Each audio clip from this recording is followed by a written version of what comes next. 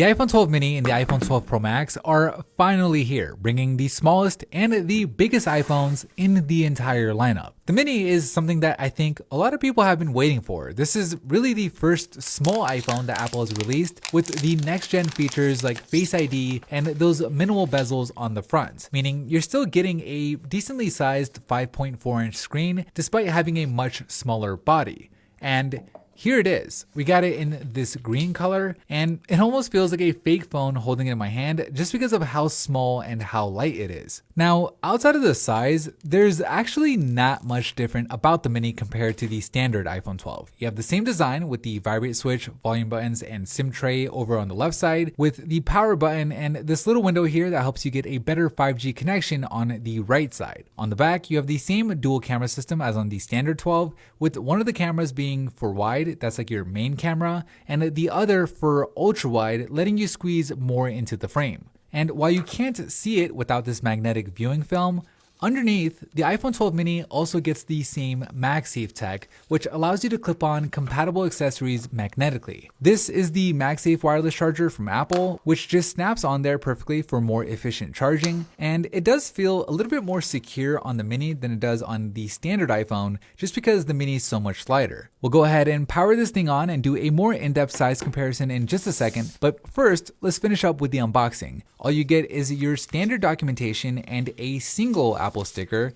and then this USB-C to Lightning cable. And that is it. There's no power adapter included, so if you want one that's compatible with that USB-C cable, it'll cost you $19. And if you want those wired earpods that Apple used to include, that'll set you back another $19. Okay, let's get to the size comparison. Here's the mini next to the standard 6.1-inch iPhone 12. And it's a pretty big difference. In terms of one-handed use, I can easily reach all four corners of the mini screen without having to adjust my grip at all. Whereas on the standard iPhone 12, I do have to stretch a bit. I'm over 6 feet tall and my hands are on the bigger side. So if you have smaller hands, this may matter even more to you if you're willing to give up the bigger screen and probably a little bit of battery life too, since the mini has a smaller battery inside. Now, compared to the iPhone SE, which shares the same sized body as the 4.7-inch iPhone 8 and the iPhone 7, the mini is not only shorter, but it's also a bit slimmer. Now, while that's good in terms of comfort, I do have some concerns about the narrower screen making it a little bit harder to type with a keyboard, since everything is technically packed in there tighter. But overall, it's the most comfortable iPhone to hold in the hand, even more comfortable than the iPhone SE,